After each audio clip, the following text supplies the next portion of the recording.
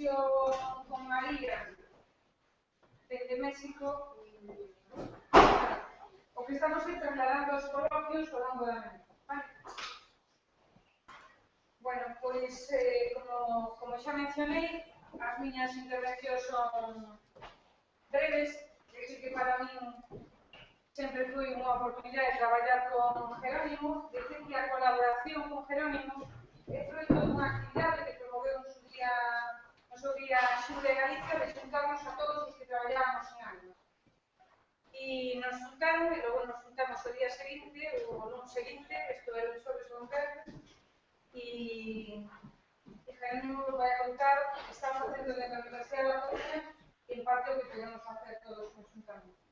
Así que, cando queiras, por favor. Bueno, quiero dar las gracias antes de nada al Consejo de Cultura Galega, a Elena, a Francisco Fierros. Pido perdón por no honrar a la casa hablando en gallego. La verdad es que habría estado mejor que dieras tú la charla porque por lo menos habrías podido hacerlo en el idioma de la casa. Mi fluidez no me lo permite.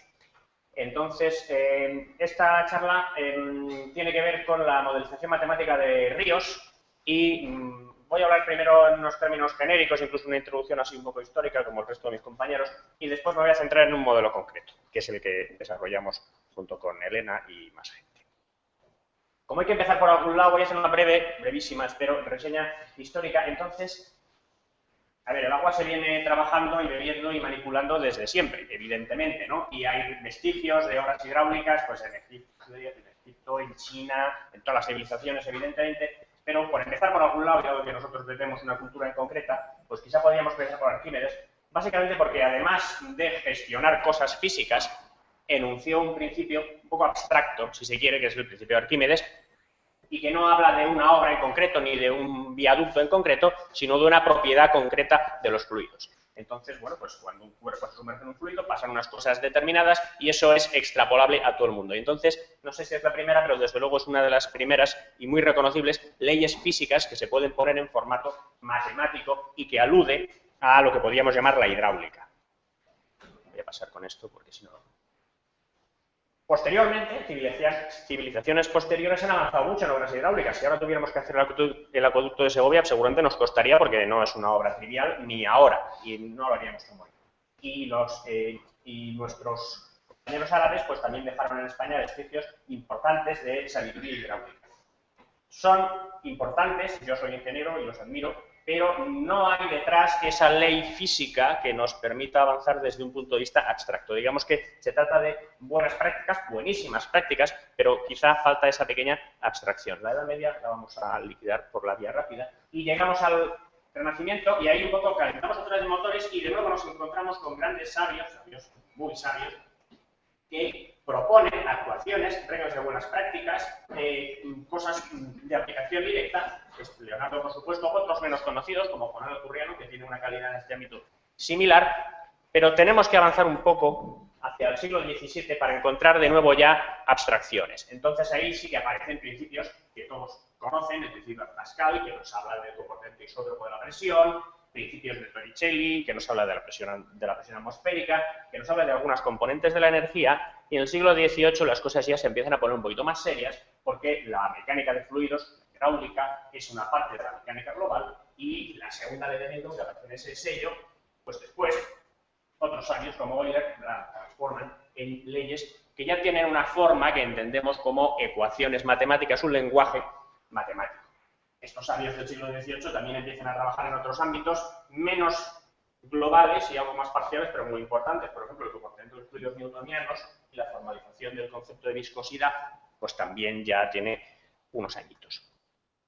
Para los que somos hidráulicos y no físicos, quizá la ley que nos resulta más llamativa o más nuestra es el principio de Bernoulli. Entonces, el principio de Bernoulli es del siglo XVIII, es el que de alguna manera reconoce las tres componentes de la energía mecánica que hay en el agua y cómo se comportan y cómo se conserva o no se conserva. Entonces, digamos que las ecuaciones con las que nos ganamos la vida los hidráulicos haciendo tuberías y cosas por el estilo son del siglo XVIII.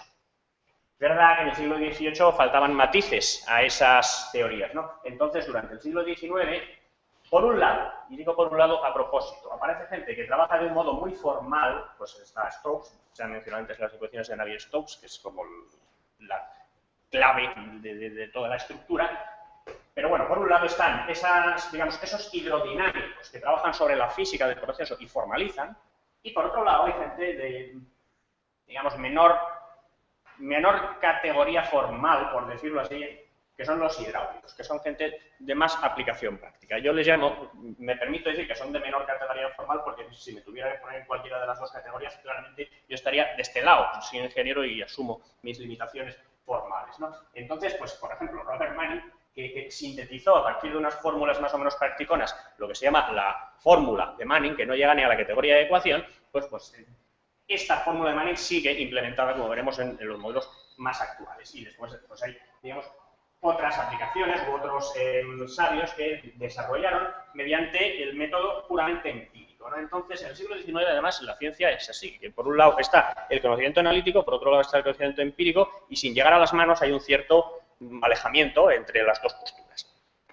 Esas dos posturas siguen un poco alejadas, incluso en la primera mitad del siglo XX. En la primera mitad del siglo XX hay una eclosión de la mecánica de fluidos. Antes hemos visto en las dos conferencias anteriores, pues la del profesor Liñán, el desarrollo de la aeronáutica, la mecánica de fluidos, tiene mucho que ver con los trabajos de Ludwig Frank, que tuvo muchos discípulos, dos de los más importantes, von Karman, que desarrolló varias teorías como las calles de Karman, que se han citado en las dos conferencias anteriores de un modo más o menos explícito, y después otros del mismo nivel, digamos, como Nikuradse. Pongo esta transparencia porque es una especie de síntesis. Trabajaban en el mismo sitio, aquel sector se dedicaba esencialmente al desarrollo formal y Nikuradse se dedicaba muy en serio a coger tuberías, llenarlas con bolitas de distintos tamaños físicamente y ver cuál era la resistencia al flujo a medida que las bolitas eran más grandes, más pequeñas, y así generaba estos abacos. Son dos tipos de conocimiento distintos. Este es un conocimiento, digamos, hidráulico, este es un conocimiento hidrodinámico. Ya empieza a haber una cierta síntesis. He puesto una foto de Frank, con Karman, y aquí una pequeña caricatura de Nikuradse, porque no me resisto a explicar la historia de qué pasó con estas tres personas que se conocían, profesor y dos alumnos, cuando se acercaba la Segunda Guerra Mundial. Frank era alemán y siguió trabajando en la aeronáutica alemana. Von Karman era judío y emigró a Estados Unidos y colaboró muy activamente en el desarrollo de la aeronáutica norteamericana debido a la guerra. Y Nikuradse era miembro del partido nazi, pero en algún momento se descubrió que en realidad era un agente doble de los rusos y estaba pasando todos esos datos al frente ruso, con lo cual, bueno, es una historia curiosa de romper un poco el hielo, ¿no? Bueno, entonces, digamos, marcando como frontera, si se quiere, la primera mitad del siglo XX, bueno, pues el conocimiento, por un lado analítico, por otro empírico, es fácilmente reconocible. Los romanos eran más bien empíricos, Euler era más bien analítico y, bueno, hay gente que trabajaba un poco en ambos mundos, pero ahí está, ¿no? A partir de finales del siglo XX, del siglo XXI, quiero pensar que se sintetizan ambas fuentes de conocimiento. Y los modelos numéricos actuales se calibran con datos reales, y lo hemos visto antes en la conferencia sobre meteorología, como por un lado están los modelos basados en las ecuaciones de Navier-Stokes, y por otro lado están las observaciones que enriquecen y que calibran. Y además los propios modelos incorporan parámetros de origen empírico. Ya mencionaré cuando veamos un modelo en concreto cómo hay algún parámetro ahí cuyas fuentes son claramente empíricas. Entonces, bueno, pues esa síntesis se ha dado en todos los ámbitos o en muchos ámbitos del conocimiento, y en esta pequeña parcela del conocimiento a la que podemos llamar hidráulica, pues también. Cambio de tema. Ahora voy a hablar de la modelización, previamente al modelo. La modelización es la transposición o la traducción de un fenómeno físico a ecuaciones matemáticas. El fenómeno físico, en este caso, pues es el agua fluyendo por un río, por una tubería, por un canal, por lo que se quiera, y lo tengo que traducir. Y esa traducción supone una simplificación. Se ha dicho desde la inauguración, el profesor Fierros ya ha hablado de esa simplificación, y podríamos recurrir al tópico de, bueno, existe una cierta traición en la traducción. Bueno, traición quizá no, porque lo hacemos con la mejor voluntad, pero aquí algo se nos va por el camino a veces. Eso hay que asumirlo, y en la conferencia de meteorología eso ha quedado claro, ¿no? Entonces, de alguna manera, lo que estamos tratando es, por un lado, con un mundo real y por otro, con el mundo ideal. Si hay algún platónico en la sala, reconocerá el mito de la caverna y cómo, pues, por un lado tenemos el mundo ideal y el mundo ese medio transfigurado, que es lo real. Yo, como ya he dicho antes que era empírico, me preocupo, me gano la vida intentando solucionar los problemas del mundo real, que desde mi punto de vista no platónico son los importantes. Pero entiendo que puede haber otros puntos de vista donde de verdad el avance esté en mejorar estas idealizaciones para que cada vez más reproduzcan el mundo real. Y ahí andamos, ¿no? Cada uno desde su punto de vista aporta lo que puede. Y al final, pues, si alguien en la sala veía la serie Expediente X, pues la verdad está ahí fuera y cada uno hace lo que pueda para ir resolviendo. Por poner un ejemplo que no tiene que ver todavía con el ámbito que estamos tratando de qué quiere decir eso de simplificar, eso es el barrio de Fontiñas, que está aquí, en Santiago, esto es el área central. Entonces, si pretendiéramos saber qué pasa cuando llueve sobre esta zona y el agua se escurre y se mete por la red de drenaje, pues lo normal es hacer una discretización. Hemos visto antes el concepto de discretización, hemos visto discretizaciones de 1 kilómetro, pero ahora estamos hablando de discretizaciones más pequeñitas. Ahora estamos hablando de que este trozo de calle real se convierte en este trocito de calle. Entonces yo paso del mundo real, que es aquello, a un mundo idealizado y por lo tanto simplificado. Entonces, me puede parecer que este grado de simplificación, que no son 4 kilómetros, es un grado de simplificación suficiente. Pero si analizo con detalle los fenómenos físicos, la realidad es un poquito más compleja, porque el tejado que hemos visto antes, así como desde arriba, el tejado es una cosa ondulada, el agua no baja por el tejado plano, baja por los 800 canalillos que hay ahí entre las tejas. El agua, cuando llega aquí abajo, se mete por esta canaleta y por esta bajante, después se mete por una reja que suele estar llena de cosas raras. Entonces, bueno, si de verdad queremos modelizar hasta las últimas consecuencias, habría que analizar el espacio entre rejas, si hay una rama, si no hay una rama. Esto no se hace porque es imposible, porque vamos, nos podríamos jubilar antes de saber cómo llueve en Fontiñas. Entonces, en algún momento tenemos que parar y ese es el error que cometemos. Y de ese error se ha hablado antes, en realidad, en la conferencia anterior, casi que me ha hecho la mitad del trabajo. Y yo simplemente quería poner de manifiesto que, aunque dan el pego, porque yo creo que dan el pego estos modelos, siempre hay que tener un poquito de precaución y saber que hay que calibrar y ver un poco qué pasa, ¿no? Frente a la modelización numérica está lo que en el ámbito de la hidráulica llamamos modelización física. Aquí es un concepto distinto, o yo lo utilizo distinto de como se comentó antes. Para mí un modelo físico es un modelo a escala, una maqueta. Entonces, si hay que construir una presa, esto se puede modelizar, el flujo de la presa se puede modelizar con muchos modelos, y yo no sé si pues, en la conferencia posterior veremos algún modelo de flujo de empresas, porque hay modelos que se conocen bien, pero también se puede hacer con un modelo a escala. El modelo a escala tiene sus limitaciones. Cuando uno va a verlo, se lo cree más que el modelo numérico. De hecho, hay una máxima que dice que los modelos matemáticos no se los cree nadie, salvo quien los hace, y los modelos físicos se los cree todo el mundo, salvo quien los hace. Porque es muy difícil, esto entra mucho por los ojos, pero aquí también hay una serie de simplificaciones. Lo que es verdad en pequeñito no siempre es verdad en grande. Entonces, esto también hay que tomarlo un poquito con pinzas. Bueno, y ahora ya voy un poquito al tema, ¿no? Entonces, los modelos de los que les quiero hablar son modelos matemáticos de ríos. Por poner esto en antecedentes, los modelos matemáticos de ríos, hasta hace 30 o 40 años no se podía hablar de modelos de verdad, es decir, todos los canales que se han calculado y que ahora nos nutren de agua, se han calculado con fórmulas empíricas, como la fórmula de Manning, con poca base analítica, haciendo cuentas a mano, digamos, fácil. A partir de los años 70-80 se empieza a trabajar con modelos sencillos, cuando digo sencillos quiero decir con un desarrollo matemático sencillo, unidimensionales, es decir, el río se considera un ente unidireccional. Hay un modelo clásico, bueno, clásico que se llama EC2, que es un poco como el primero con el que se empezó a trabajar en serio. A nivel profesional, una consultora de ingeniería coge esto y con esto diseña un canal o hace un acondicionamiento de un río, cosas por el estilo, ¿no? Entonces, a partir de aquí empieza a haber versiones más o menos bonitas, que suena uno que se llama ECRAS, y después empieza a haber avances. Estos modelos sencillos consideraban que no había variación en el tiempo, pero va pasando un poco el tiempo, a finales de los 80, pues ya se considera flujo transitorio, que quiere decir que las cosas varían en el tiempo. Los años 90, ponemos que en los últimos 90 el modelo 1D transitorio es una cosa estándar y empieza a haber modelos 2D buenos, pero todavía con capacidad de mejora. Y en la actualidad trabajamos con modelos bidimensionales, con cierta naturalidad ya.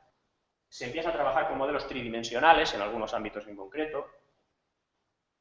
Módulos acoplados, que quiere decir que ya no solo nos importa la hidráulica, sino que nos importa cosas que están alrededor de la hidráulica, por ejemplo, la calidad de las aguas, el transporte de sedimentos, el hábitat fluvial. Vamos a ver ahora algunos ejemplos de lo que estamos hablando. Modelos un poco distintos de los tradicionales. Yo creo que en la siguiente charla nos van a hablar de esto, no lo estoy muy seguro. Modelos lagrangianos, que ya no tienen ni mallas ni cosas por el estilo. Modelos coloquialmente llamados de bolitas, puntas o de esferas, o en fin, no me extiendo.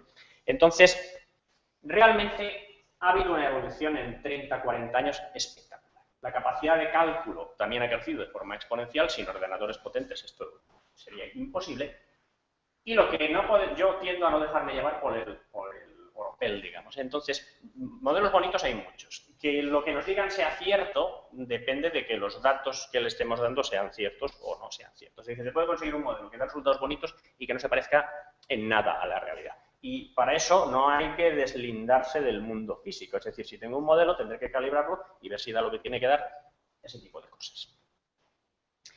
Bien, por ponerles un ejemplo de modelo, modelos de ríos hay muchos. Entonces, esta es una cita, no es muy erudita, es un libro de ciencia ficción.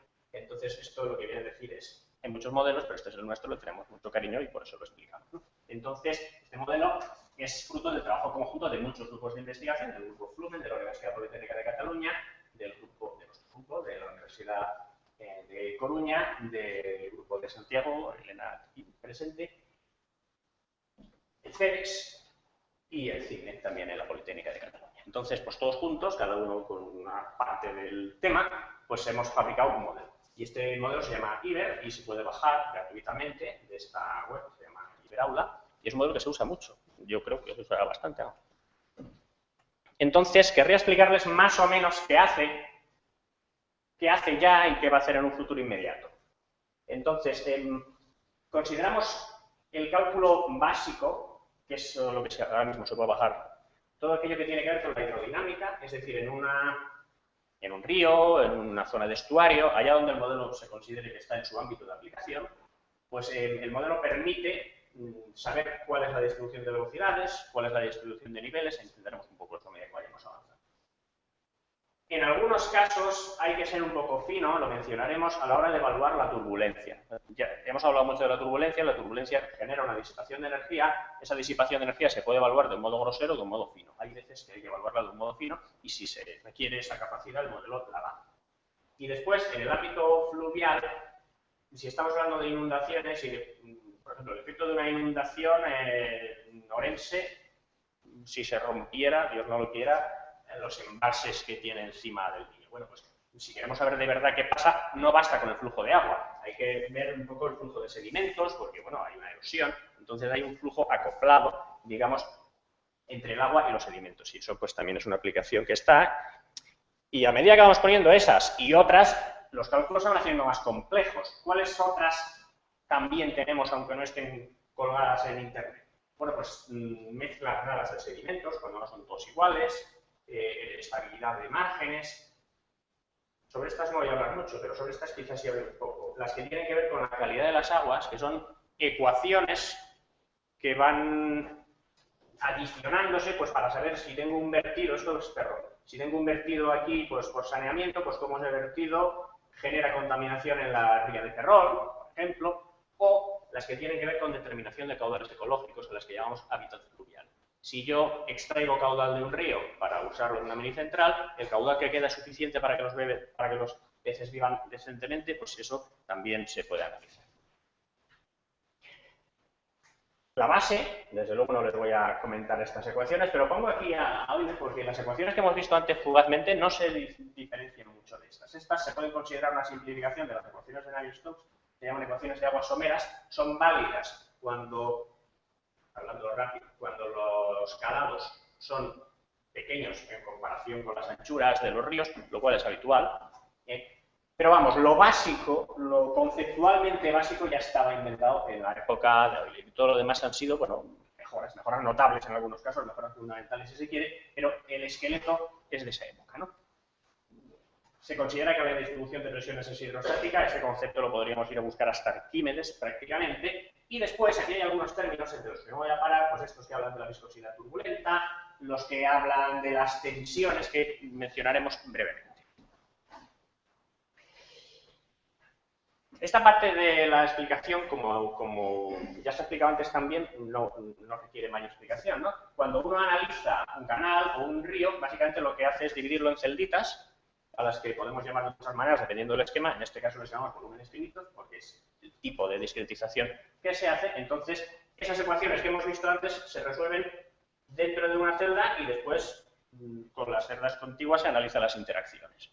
Y entonces hay una parte básica del trabajo, bueno, básica y costosa, que es tomar el espacio físico y discretizarlo. Discretizarlo quiere decir dividirlo en esas celditas. Ahí en un canal el tema parece fácil, pero cuando consideramos un entorno, por ejemplo, eso es un entorno urbano, pues cogemos la ciudad y lo vamos dividiendo en pues, cada manzana, pues en triangulitos. Esto sería aquí, por ejemplo, aquí habría un puente y estas son las pieles de puente. Entonces, esto lo dividimos tanto como nos parezca conveniente, dependiendo de la precisión que queramos, pues vamos haciendo una división más o menos fina. La división no tiene por qué ser uniforme. Primero, no tenemos por qué dividir en cuadrados ni en cosas así muy regulares, y tampoco hace falta que todas sean iguales. Si aquí nos parece que necesitamos más precisión, pues afinamos un poco más, y si hay zonas que nos parece que da igual, pues afinamos un poco menos.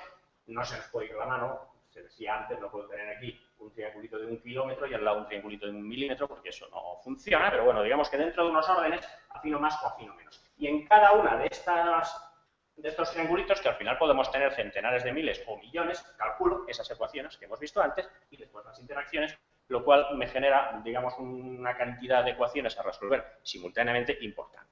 Y por eso estos modelos tienen una cierta necesidad de cálculo.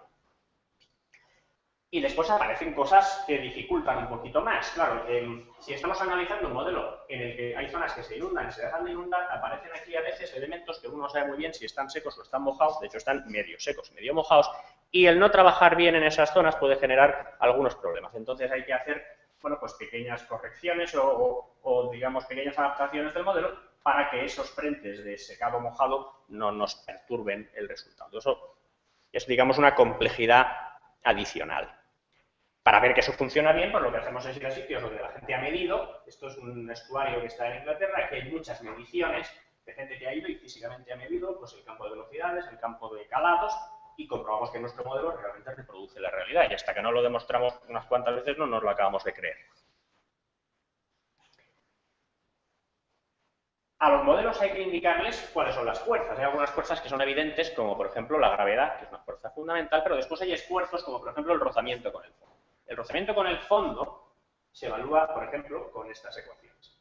Estas ecuaciones se llaman, yo no creo que quepa calificar las ecuaciones, estas fórmulas se llaman fórmula de Manning. Este señor es Robert Manning, lo hemos visto un par de veces, y su fórmula es una síntesis de otras fórmulas absolutamente empíricas y tiene muy pocas virtudes. Por no tener virtudes no es ni dimensionalmente correcta. Sin embargo, hay un acervo tan grande tras ella de conocimiento adquirido que nos resistimos a no utilizarla. Pero lo cierto es que modelos relativamente complejos, este modelo que les estoy presentando yo creo que es bastante complejo, sigue utilizando para evaluar ese término esta fórmula, porque bueno, no tiene una base analítica muy sofisticada, de hecho prácticamente no tiene ninguna base analítica, pero se sabe mucho de que responde razonablemente bien a la realidad.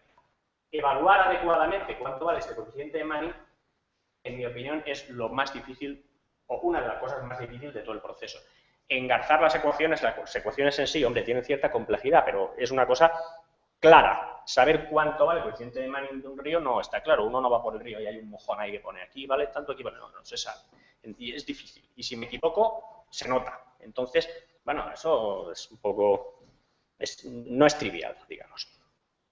Lo mismo que estoy hablando del rozamiento por el fondo, podría hablar del rozamiento con el aire. Quiero decir, el aire, lo hemos visto antes, ejerce un efecto cortante, puede levantar oleaje, puede mover el agua. Si es una zona somera, esta es una zona del coto de Llana, y este movimiento se debe única y exclusivamente a el efecto cortante del aire. Teníamos aquí una masa de agua y esta masa de agua se desplaza de un lado para otro. Eso requiere de una ecuación que nos lo explique, y esa ecuación que nos lo explique tiene detrás una cierta carga empírica de la que no nos sustraemos. Yo esto no lo digo con vergüenza, lo digo como ejemplo de síntesis entre un modelo con una cierta base conceptual y con una carga empírica de siglos que de alguna manera nos hacen ver que eso funciona bien. Como se ha hablado antes de condiciones de contorno, pues no, digamos, pues ya no tengo que explicar lo que significa. Si yo estoy analizando, por ejemplo, la vía de Ferrol, que es esto, bueno, pues por un lado le tengo que decir cómo entra por aquí el caudal, y eso es una condición de contorno, pues está entrando por aquí el caudal de este río, por aquí hay otro, por aquí no sé qué. Y esto es una condición de mar, y aquí pues por lo menos le tengo que poner los ciclos de marea. Si adicionalmente le quiero poner algún ciclo de oleaje, si adicionalmente quiero poner marea meteorológica, si quiero hacerlo cada vez más complejo, pues puedo hacerlo. Pero Esto es lo que se entiende por condiciones de contorno. Lo que pasa aquí dentro no depende solo de lo que está aquí dentro, depende de lo que está aquí dentro y de las cosas que le afectan desde fuera. Pues que entre agua, que entre y salga agua. Si aquí está lloviendo, pues todo esto genera escorrentía, bien de modo distribuido o bien por los tubos de drenaje, todo eso hay que tenerlo. Además de las condiciones en los contornos, en las fronteras, hay condiciones internas. Estos son puentes en Sarria. Entonces, hombre, pues si el agua tiene que pasar por ahí, pues yo tengo que explicarle al modelo que estos puentes están ahí. Se lo puedo explicar de varias maneras. Por ejemplo, reproducir exactamente la geometría del puente, en cuyo caso ya el problema se ha acabado. O puedo optar por métodos más o menos simplificados basados en las ecuaciones hidráulicas de cómo funciona la compuerta, de cómo funciona un vertedero. El modelo permite hacerlo de las dos maneras. Utilizar las expresiones consolidadas de compuertas y vertederos es más sencillo y es más económico en tiempos computacionales. Voy mirando la hora, es que la tengo solo aquí, pero yo de momento voy bien. Bueno, entonces, una vez uno ha discretizado, una vez uno ha puesto los parámetros, algunos de los cuales se ponen con absoluto rigor y otros con cierto temblor, como hemos dicho antes, refiriéndonos al coeficiente de Manning, se obtiene unos niveles y unas velocidades. Evidentemente, de aquellos parámetros que tengo menos fiabilidad, igual que se ha dicho antes, pues puedo ejecutar el modelo 40 veces con 40 parámetros y ver hasta qué punto variar ese parámetro genera un error relevante o no. El hecho es que genero un campo de niveles en el río o en el estuario y un campo de velocidades y a partir de ahí pues puedo postprocesar esos datos y obtener cosas que me interesen. Por ejemplo, determinar las zonas inundables, si estoy hablando de inundación. Determinar por dónde de verdad circula el agua, lo que se llama la vía de intenso desagüe. Hay zonas que simplemente se inundan y zonas que tienen circulación. Y en las zonas que tienen circulación, pues puedo ver si esa circulación es relevante y puede generar daños físicos. Es decir, una cosa es que me inunde y me encharque y otra cosa es que el agua se me lleve y tenga ya un riesgo de verdad, ¿no? Entonces, pues hay criterios de riesgo cuando el calado es muy grande, cuando la velocidad es muy grande o cuando el producto del calado y la velocidad es suficientemente grande, aparece un riesgo de arrastre para las personas. Sobre esto es muy básico, pero sobre esto ahora mismo se están desarrollando tesis doctorales. Quiero decir, hay en Barcelona un grupo de trabajo que tiene una estructura montada y va gente física de distintas edades y de distintas complexiones, se pone frente a una corriente y ves hasta qué punto se le lleva el agua, no se le lleva, para corregir estas expresiones que actualmente son muy simples, ¿no? Entonces, claro, esto también es conocimiento empírico, que dentro de unos años aparecerá la fórmula de Gómez, se llama Gómez, la persona que lo está haciendo, y bueno, yo me la creeré porque lleva 5 años haciendo eso y han pasado por ahí miles de personas ya, ¿no?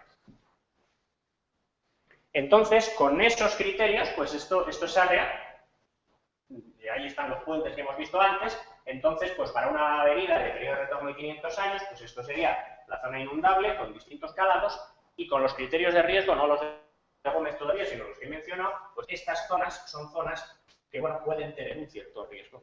Una avenida de 500 años es una área extrema, entonces tampoco hay que preocuparse mucho de momento, pero vamos, en principio, bueno, que esa área es inundable, eso es del dominio público, hasta qué punto aquello es un riesgo asumible por la población, pues eso ya cada uno lo valora. Bien, hay veces que si el flujo no es perfectamente, bueno, perfectamente no lo es nunca, pero si no es muy unidireccional y se producen zonas de recirculación, la turbulencia cobra, digamos, una preponderancia. Entonces, hay modelos que evalúan la turbulencia un poco así, un tanto alzado, y otros que afinan. Si estamos trabajando en un canal unidireccional o en un río esencialmente unidireccional, la diferencia no es mucha. Pero esto que es una obra singular donde aparecen grandes zonas de recirculación, aquí poner un modelo con una turbulencia bien evaluada o un modelo con una turbulencia evaluada de cualquier manera, pues ya se ve que incluso en la pinta física de las líneas de corriente la diferencia es bastante, ¿no? El agua es siempre turbulenta, es decir, el flujo laminar existirá en otros ámbitos, pero en la hidráulica, es decir, si uno es capaz de ver con sus ojos un flujo de agua, es turbulento, porque para que sea laminar es tan pequeño y va tan lento que es casi imperceptible. Entonces no hay ríos laminares, ni hay canales laminares, ni tuberías laminares. Entonces la turbulencia siempre está ahí. Otro tema es que con un cálculo más o menos sencillo nos podamos apañar. Pero si esto lo hubiéramos calculado en un modelo de flujo laminar, no es que no se pareciera, sino que no se parecería ni en el orden de magnitud. Entonces, claro, todos los modelos, y este modelo en concreto, permite calcular de un modo más o menos rápido o de un modo más o menos afinado. Eso se paga en tiempo de cálculo. No es lo mismo decir, la viscosidad turbulenta es constante y vale 10 a la menos 3, que para calcular la viscosidad turbulenta, previamente me voy a calcular dos ecuaciones en derivas parciales en todos los puntos de la malla con sus interacciones, etcétera, etcétera, etcétera, o configuraciones intermedias. Y debo decir que entre los puristas de la turbulencia esto tampoco se considera el mejor modelo. Sobre esto se trabaja y hay modelos más evolucionados que estos. Todavía estamos en el rango de las aplicaciones básicas, pero ya vemos que el manejo de ecuaciones que tenemos entre manos, es decir, la transposición de ese mundo ideal, real al mundo ideal, hombre, pues ya nos ha obligado a meter unas cuantas ecuaciones por el camino. Si adicionalmente queremos trabajar con el transporte sólido asociado al flujo de agua, pues tenemos que meter ecuaciones adicionales. Aquí no me paro mucho, pero bueno, digamos que aparece una nueva ecuación diferencial que me está explicando pues la relación entre el líquido y el sólido y cómo hay una deposición y cómo yo extraigo los sólidos del lecho, cómo hay un flujo sólido. Esta ecuación parece una ecuación limpia, pero tras esta ecuación, digamos, los modelos de transporte sólido tienen una carga experimental, tienen una carga empírica importante. Y así como la fórmula de Manning que hemos mencionado antes está, digamos, bastante acotada en su error, estas fórmulas de transporte sólido, hombre, yo no pondría la mano en el fuego por el resultado con errores del orden del 30 o 40%. Es decir, si el orden de magnitud es un buen resultado, digamos.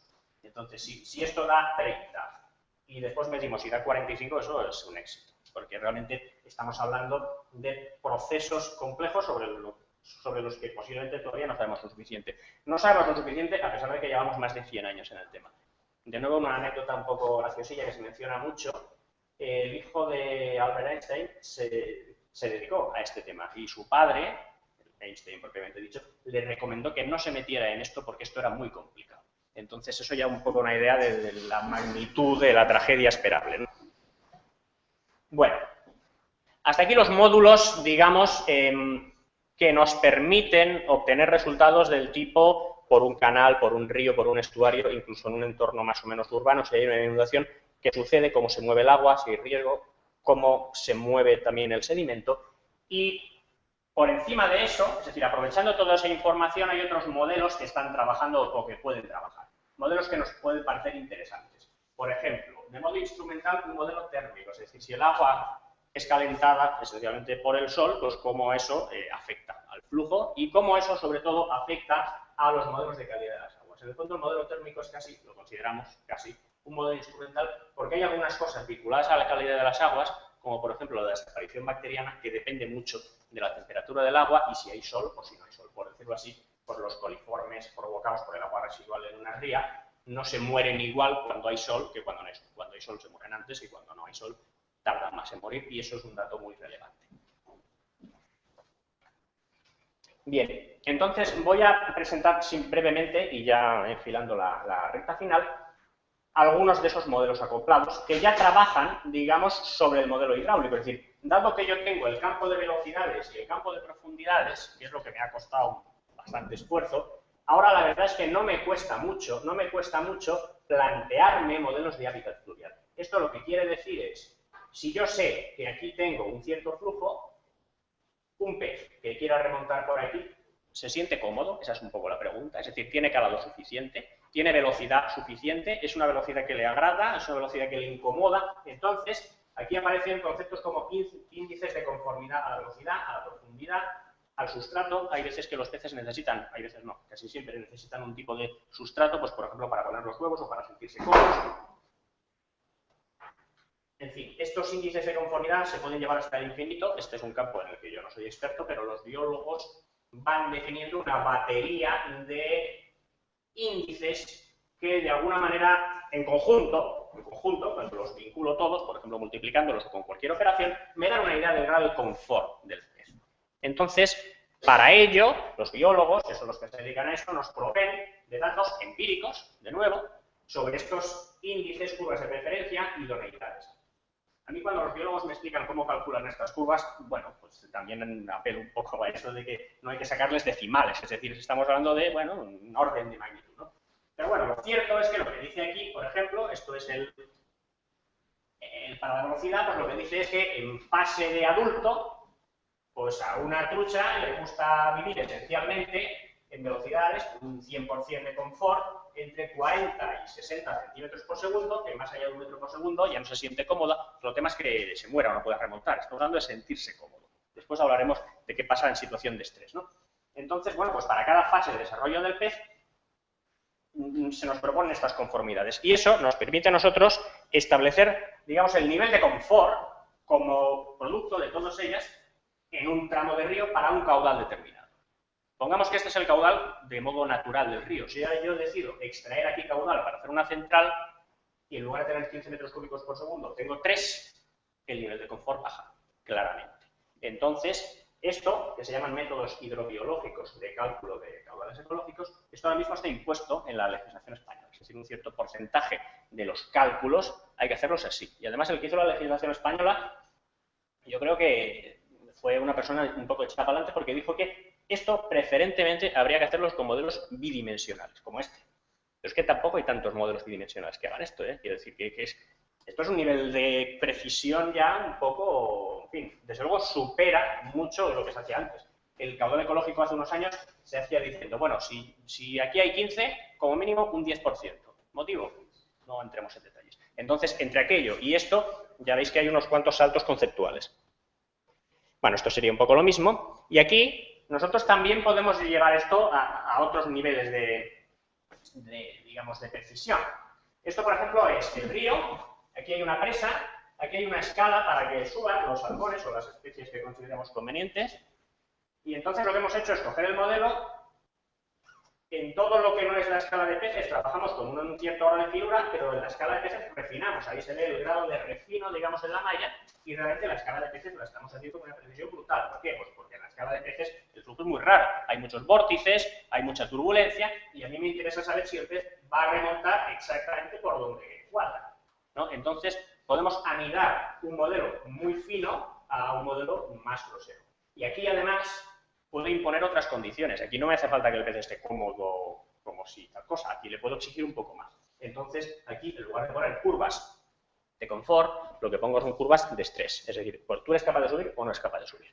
Más o menos, ¿no? Entonces, eso es lo que valoro.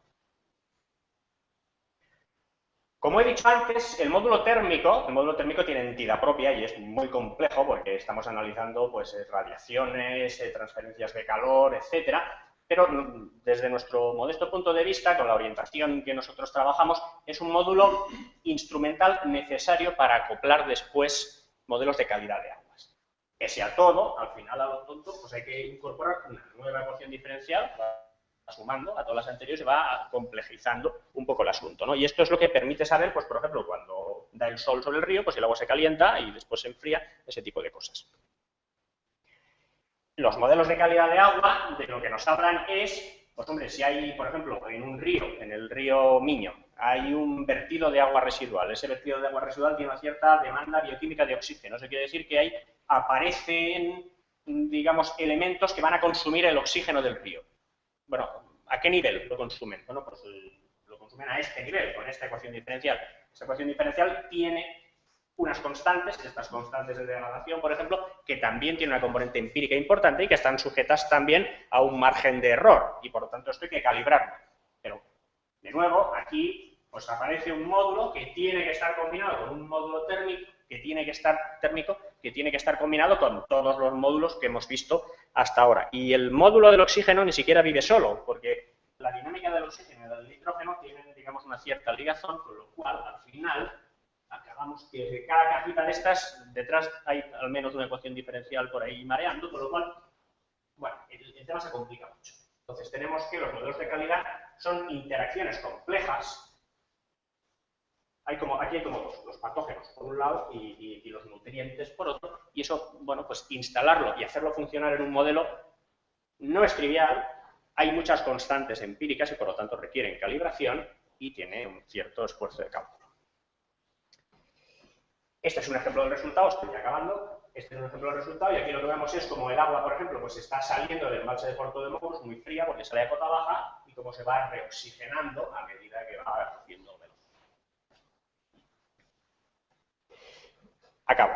¿Queda mucho para hacer? Pues yo creo que queda prácticamente todo. Es decir, hombre, yo estoy muy orgulloso de lo que hemos ido haciendo modestamente desde esta parcela de Finisterre, pero queda mucho por hacer. Es decir, por ejemplo, todo lo que hemos visto acabará integrado en sistemas de información geográfica, que es algo de lo que se va a hablar esta tarde, no me cabe duda.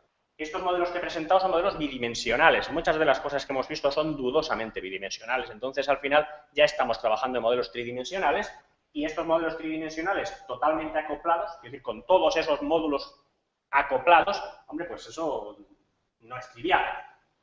Todo esto que hacemos de riesgo, etcétera, al final se integra en lo que se llaman sistemas de ayuda a la decisión en tiempo real. Que a mí, saber que Sarria se puede inundar o no muy esporádicamente, me puede venir bien, pero lo que de verdad me vendría bien si fuera la Ciencia Galega de Emergencias es decir, bueno, según el radar está lloviendo, dentro de 2 horas voy a tener algún problema en algún lado, bueno, pues anidar el modelo meteorológico con el modelo de cálculo hidráulico, con el modelo que me dice hasta qué punto tengo riesgo en tal o cual sitio, eso es lo que de verdad, a eso vamos a ir, no me cabe la menor duda, y es un trabajo que está ahí, ¿no? Entonces todo eso requiere integrar tecnologías, buena topografía. Ahora mismo con las topografías LiDAR estas que pasa un avión y te levanta el terreno, tener buena topografía es relativamente fácil. Tener buena batimetría, es decir, lo que está por debajo del agua no es tan fácil, pero bueno, todo se andará. Las predicciones meteorológicas lo hemos visto antes, yo creo que de modo excelente estamos avanzando claramente. Todo lo que tiene que ver con ciclos vitales de fauna, esas curvas que hemos visto se ven cada vez mejores. Todo lo que tiene que ver con calidad de las aguas cada vez sabemos más, cada vez medimos más, cada vez nos vamos a equivocar menos en las predicciones y todo esto hay que acabarlo metiendo en un esquema. Entonces yo creo que queda mucho trabajo, un trabajo apasionante y para todos, porque cada vez esto es más multidisciplinar. Y hasta aquí.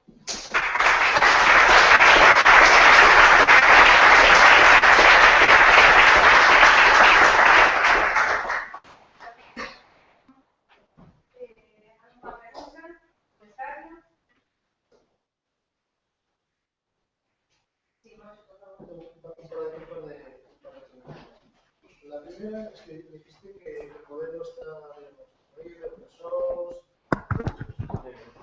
El modelo está El modelo está disponible, que es open source. Sí, bueno, open source, Bueno. las fuentes hoy por hoy no las estamos dando. Está disponible Está el modelo disponible para ejecutar. Vale. El modelo se puede ejecutar, aprovecho para hacerle propaganda, y se puede bajar de la página esta que he mencionado antes. Sí. Mi pregunta, mientras lo vas buscando, era simplemente que si junto al modelo también suministráis el mallador. Sí, Vale. sí, este modelo, Es importantísimo. la página es esta. El mallador es un mallador comercial, se llama Git, es un buen mallador. Y el postprocesador también. Entonces, de hecho, el mallador y el postprocesador por sí solos cuestan dinero. No sé cuánto cuesta Git, pero no sé, 200 euros o de ese orden. Git es de 5. Entonces, hemos llegado a un acuerdo con ellos, de manera que Git aquí metido es gratis. Vale. Pero fuera de aquí, no, es bueno, una especie de acuerdo entre universidades y cosas. Pero bueno, ahí está gratis para todo el mundo, ¿eh? Bien, es que es importantísimo. Es decir, todo lo demás, si el mallador no funciona, obviamente. Y la segunda cosa es, yo ya conocí más o menos las cosas relativas a Iber, que me lo había contado principalmente David López de CEDEX. Y el tema es, bueno, siempre me había contado que básicamente es un modelo pues adecuado para ríos. Y he visto que, bueno, también muestra algunas simulaciones yendo a estuarios. Claro, tienen que ser estuarios poco patológicos como Ferrol, básicamente barotrópicos. Claro, una y de las tal. últimas cosas que he dicho es que hay escenarios como, por ejemplo, las rías. He presentado algunas zonas de ría, por ejemplo, hasta Cortegada en el río Ulla, donde, bueno, hay calados bajos.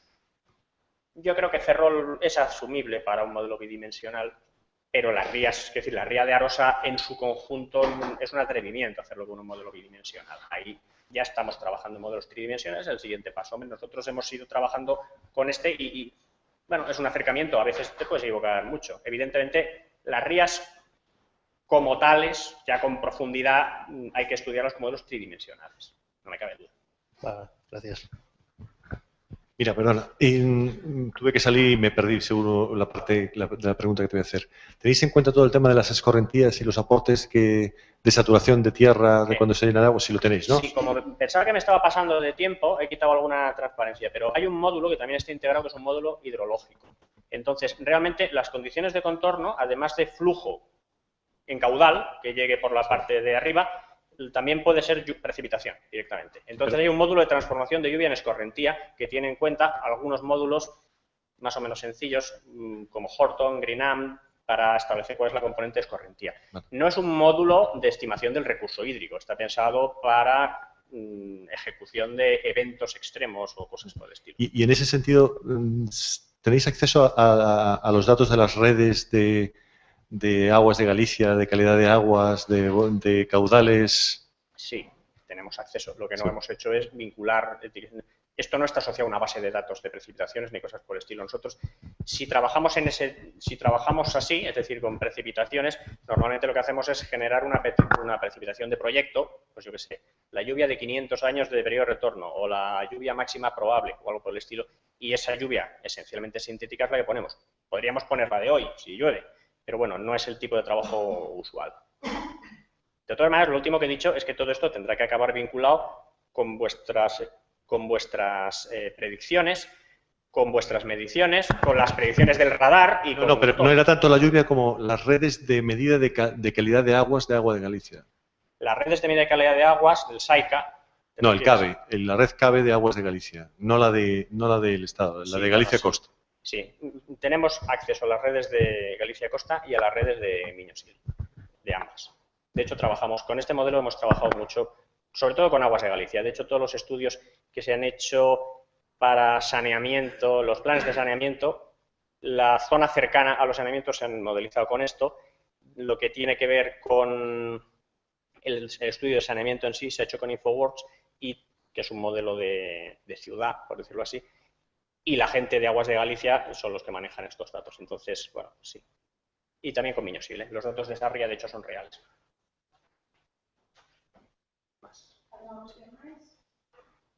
Le damos as grazas a Jerónimo.